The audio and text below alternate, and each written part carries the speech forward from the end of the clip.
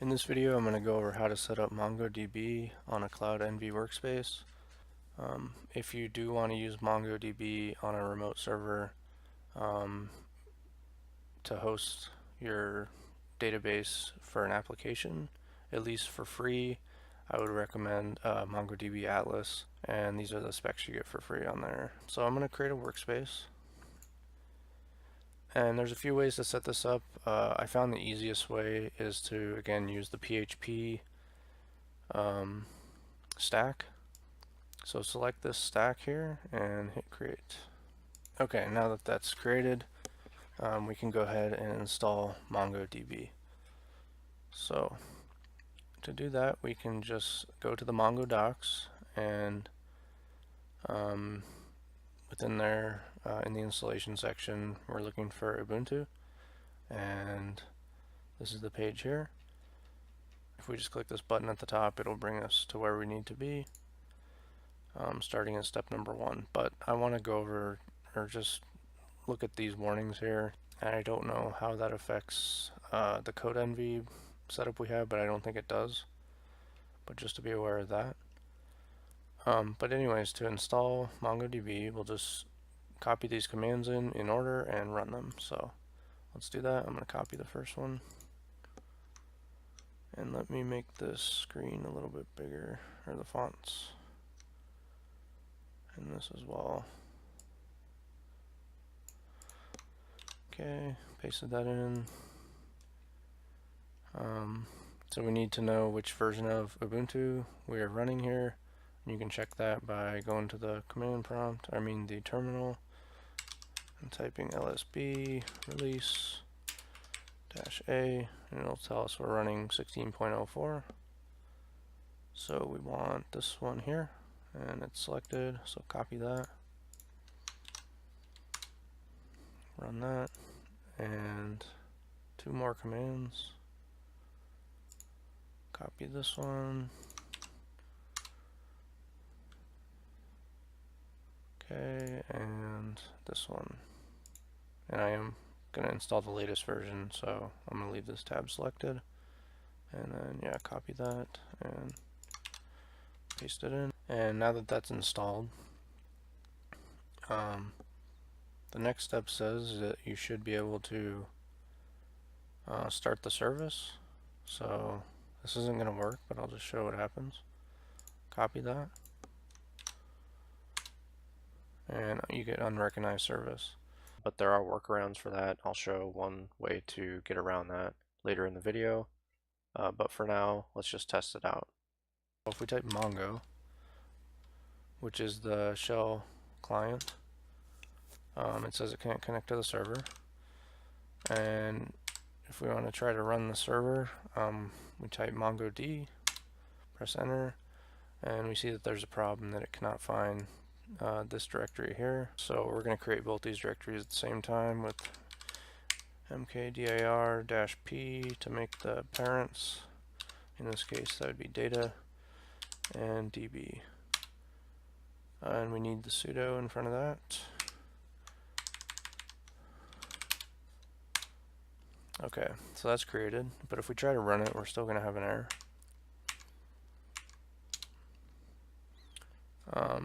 And basically it's saying that we don't have the correct permissions to run the server. And to set permissions, we just need to do a couple commands. Sudo chown to change the owner of both the data directory and the data DB directory. And if you were using a different user, this should match up with this. But if you were following along, then they should be the same. And now, when we try to run the server, it runs. Now, we can open up another terminal by clicking this button here.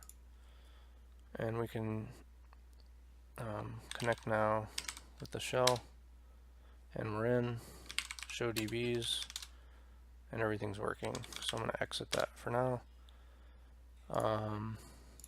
Another thing you can do if you don't want to use multiple terminals, you can Control-C to stop the server, and now the server is no longer running. So another thing you could do is do MongoD and then an and or ampersand, and that will start the server. And then once it's all set up waiting for the connections, Control-C to get out of that, and it's still running. And it'll continue running. And we can see it's running there. So that's one way to have it run in the background.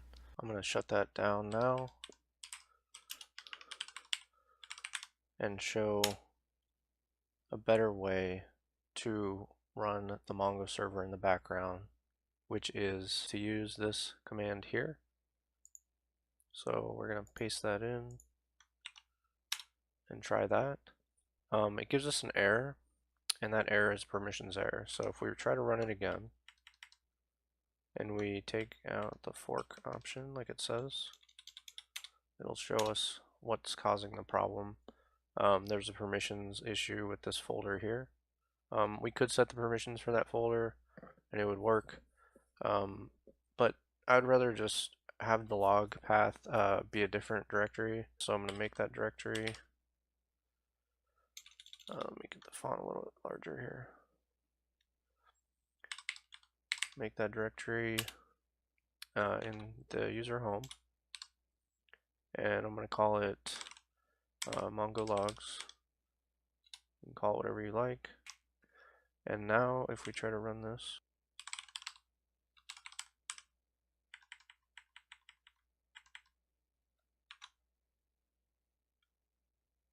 it should work. And now it's running as a background process. So now if we try to log into the server, it's working. So to stop that background process, there's a few options. You can use any of these options. I prefer to use this one. We're not running it in interactive mode, so obviously this won't work. Just be aware it says to never use this option here. So I prefer this option, so let's try that.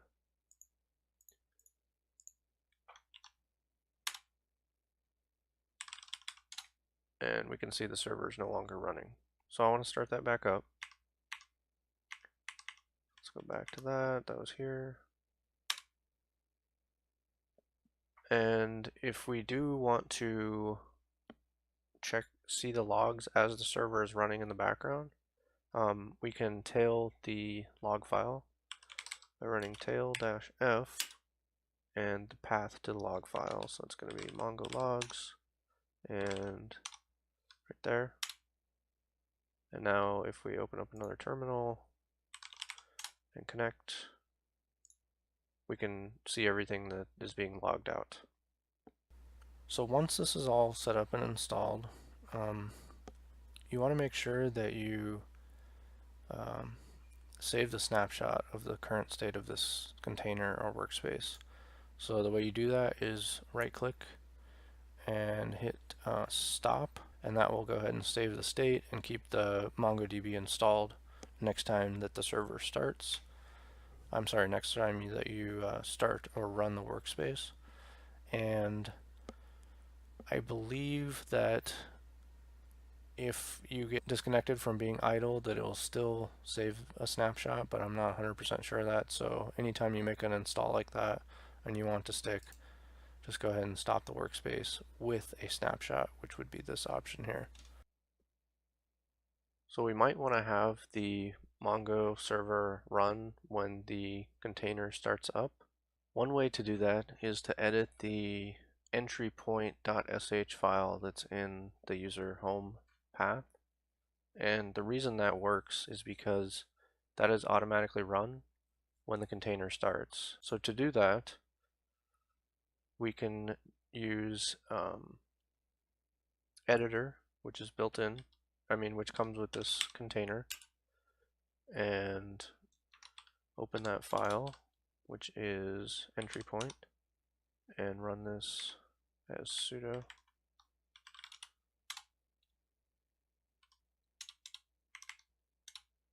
And now it should save.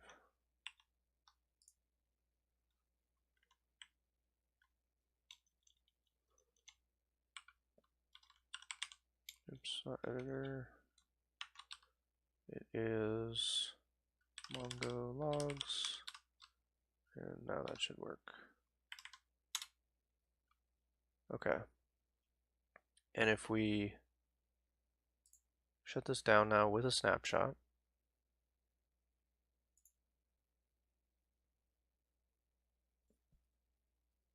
so now we've restarted the snapshot and we can log into the server because it's automatically running. When you start the server, you'll see that there's a couple things that maybe we should set up. One of them is to access it remotely. We'll need to do something like this.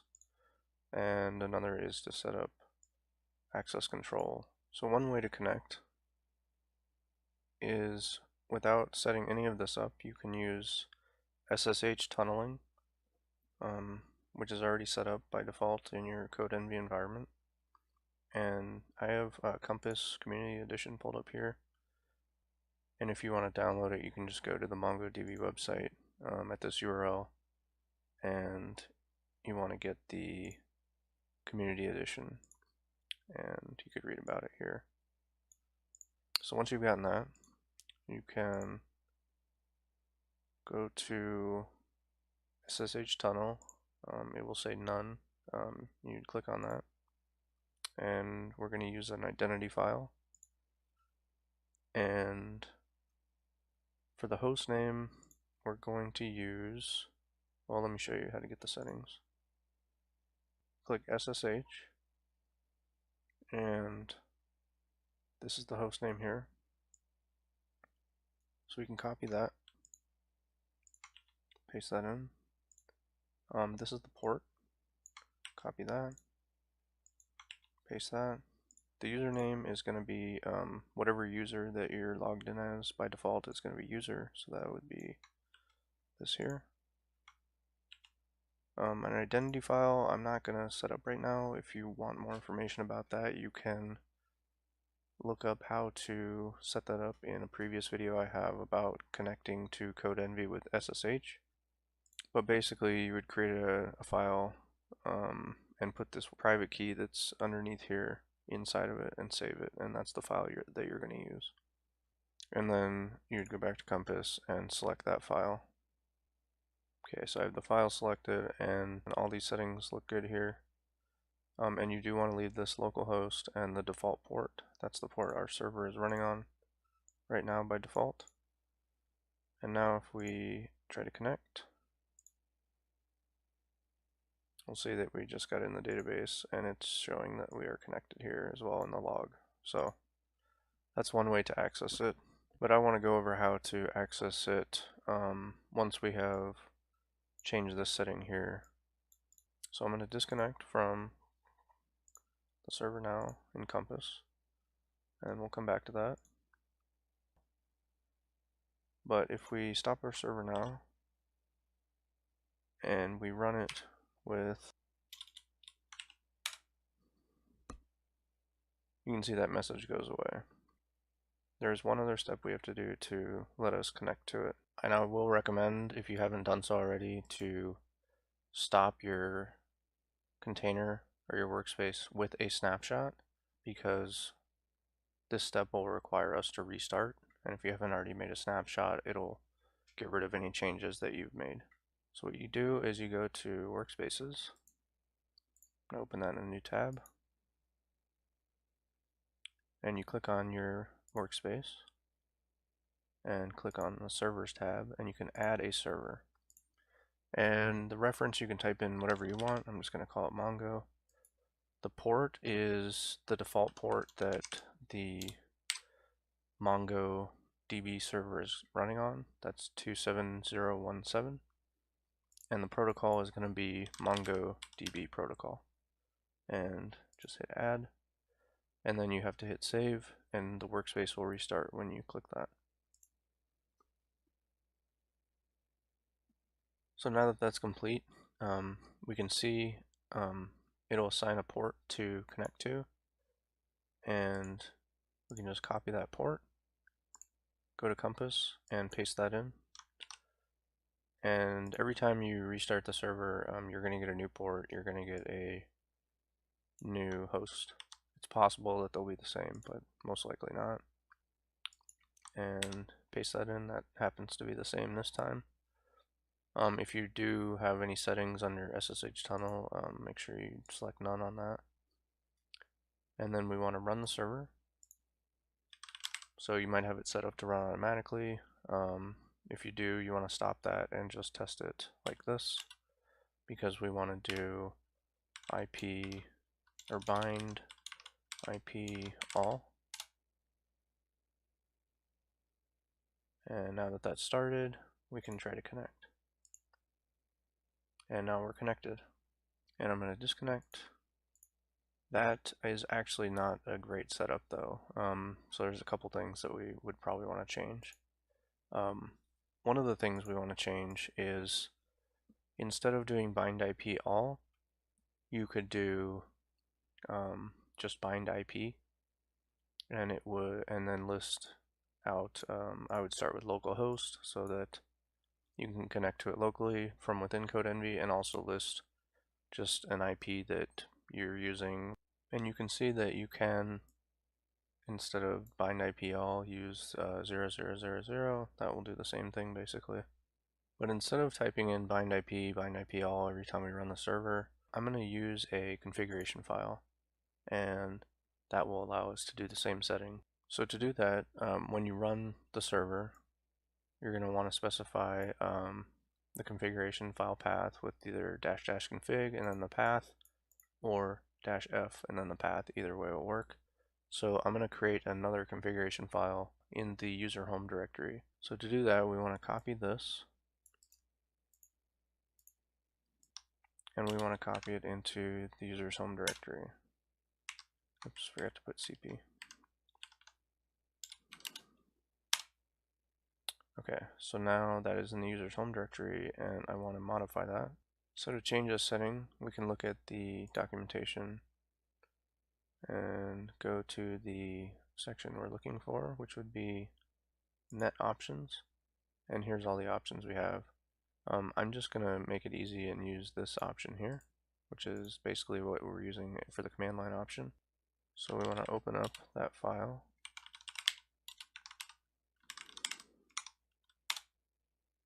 and come down here,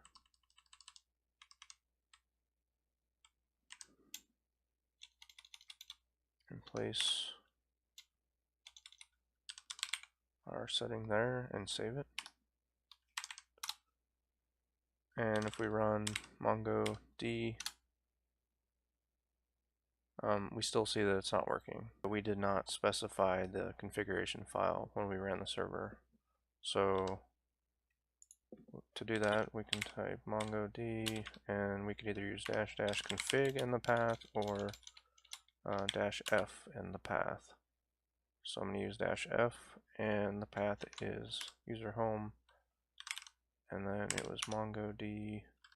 And we get another problem, and that's because in the configuration file, it also sets the log directory, and we never set the permissions for that. We just set a separate log directory. So we want to go ahead and change that. And to do that, we can go sudo editor and change the configuration, and go down to the log section, and we want to change it to where we have our logs, and we want to specify an absolute path, so don't use the tilde here for the home directory. Just type home, for the user home, so type home and /user /mongologs is where I set it, and then save that and run the server again. But we can see that nothing happened, it's not running. So another thing we have to fix is go into that configuration file and edit the data directory or DB path to data DB like we set up earlier, and save that. Try to run it again, and now it's running. It's not outputting anything except to the log file, but it is running. So now we want to update our entry point to match what we've set up here. Sudo editor entry point. So now we're going to get rid of this log path option because we're using the config file instead. And I'm going to type it out --config. It's more clear what it is. And we'll type out the full path. MongoD.config. And save that. And we can test that out by trying to run that command, which is MongoD fork config home user MongoD, and it looks like it's working. So now I want to talk about setting up authentication, and to do that we want to change the setting of authorization in the configuration file. You could also do it with the setting auth,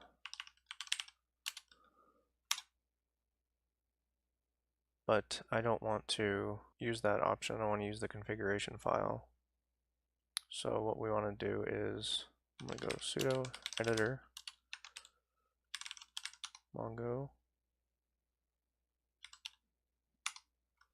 MongoD.conf, and the setting we need is in security, and it's authorization. So to add that setting, we can uncomment this security section and add this setting in here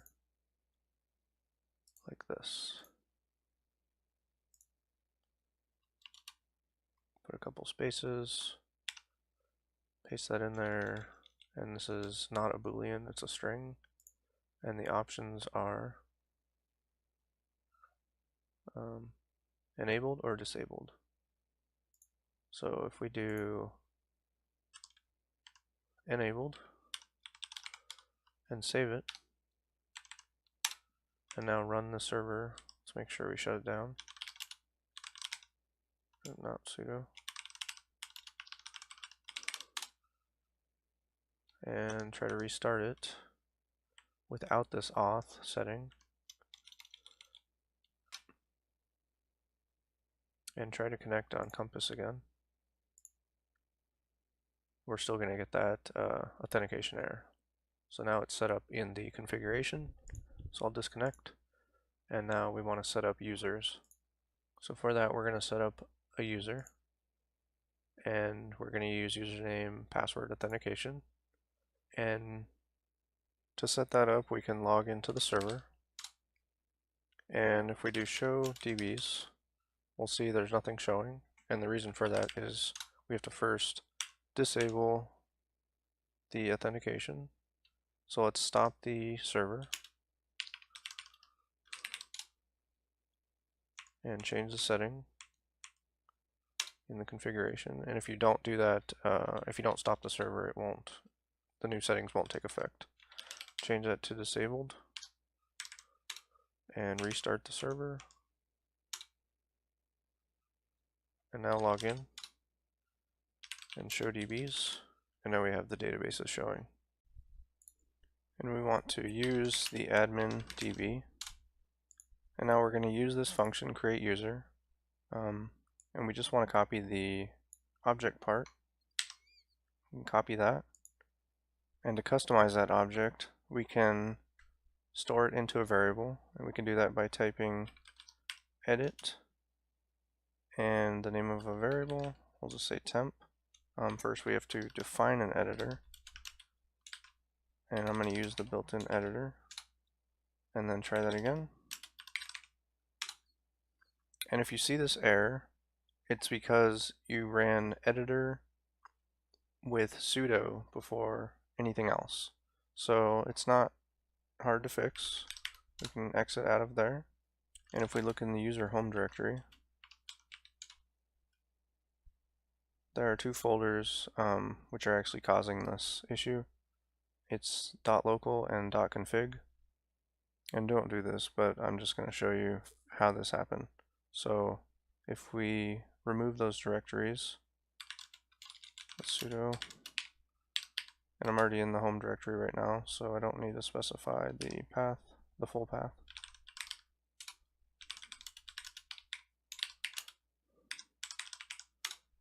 And now if I look at the directory listing, those directories are gone. So if I type editor, and I'll just use entry point, doesn't matter. I'm not going to do anything, I'm just going to get out. And now do that again. You can see that it creates the .local and .config with the user as the owner, and then you won't get that error. But if you did do sudo editor entry point before that, then you will get that error. So I'm going to remove those folders again. This time we don't need sudo.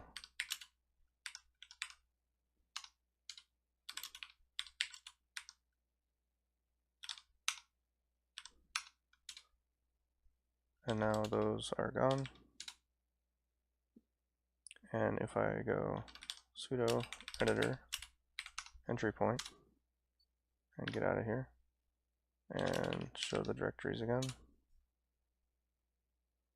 now you can see they're recreated but with root as the owner, and that's what's causing the problem. But if you have this problem, all you have to do is do sudo chown and -R for recursive, and then user and the name of each folder. So in this case, if you're not in the home directory, you would have to do ~/.local and the same thing for config. And that'll set user as the owner of the .local folder and .config folder. And now you should not get that error. So if we go back in the Mongo shell and show DBs, and we're going to use admin, and now we want to again edit. We got to set up the editor, and I'll show later in the video how to set this up so you don't have to keep setting it. And do edit temp, and now it's working. And now we want to paste in this object that we copied, and then we can modify it and just have this array. And this array can take objects, or it can just take a string or a list of strings. And I want to create the user, and we'll use my name, and the password will be test. And to get the roles, we're going to go to the docs and look at built-in roles on this page, and built-in roles, and we want all database roles. And this is the role we want for now, just for testing purposes. So user admin any database. We can paste that in and save that. And now we can create the user with the function db.createUser, and then give it that temporary variable that we made with the object. So db.createUser, and give it temp, and the user was created. And now if we try to connect to the database server, we'll get an authentication error until we put in a user that exists with a password. And the rest of the settings look good. I'm going to connect. And now we can connect. So the last thing I wanted to go over was just a few of the basics of using Mongo. So these are the default databases that a Mongo server comes with. If we want to create a database, we'll type use test1, and if you do show DBs, it won't be listed because we haven't inserted any data into it. So if we want to insert some data into it, we would type DB, which refers to test1, and then we would create a new collection by typing a collection name. We'll do collection1, and then we can do insert. And so in here you would type an object basically. You can include the quotes for the properties, but you don't have to. They will eventually be formatted that way once they're inserted. But just to run these commands, you don't need it. So if I do name, Matt, insert, and this needs to be a string.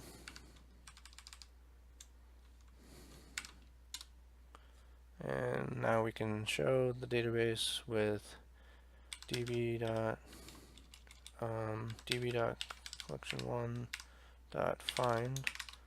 It will just show all of them. If we want to have it nicely formatted, we can do that, although it looks fine as it is. Let me bump this font up, forgot about that. If I want to insert another document,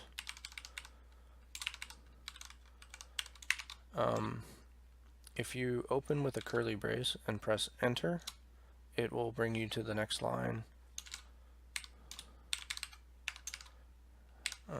Could do age 50, and then we can end this with a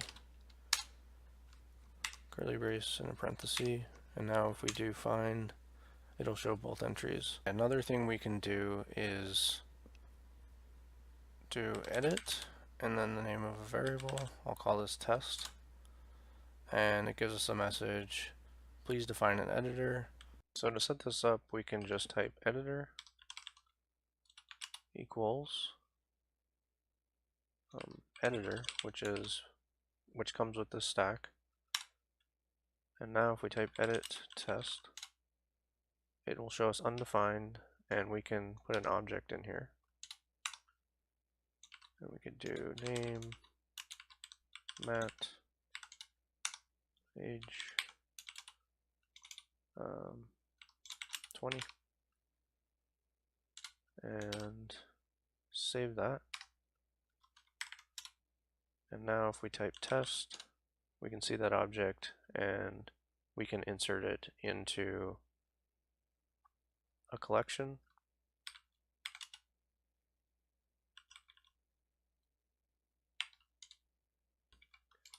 Do db collection1 insert and test, and now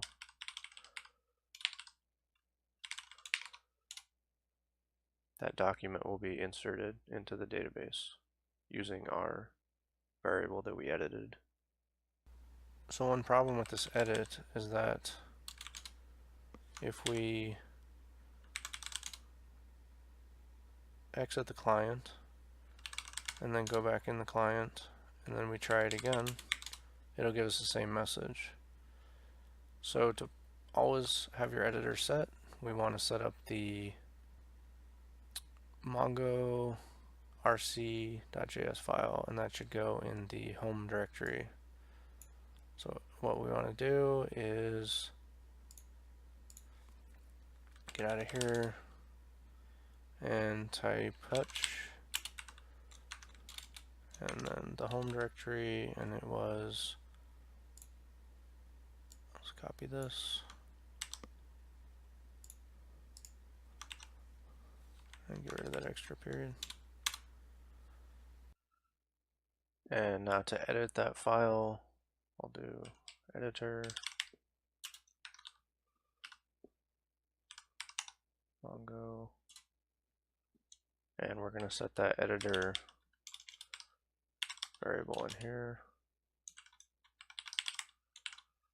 and save. And now every time we start Mongo, that will be saved for us. So if we do try edit test, that'll be working for us. Another thing you can do is just set variables. So if we want to set, if we're sick of typing out dv call1, we could set that to a variable, foo call1, and then we can type, instead of all that, we can just type foo, fine, and it'll work the same. So that's all I wanted to cover in this video. Thank you for watching. If you have any questions, please leave them in the comments, and thanks.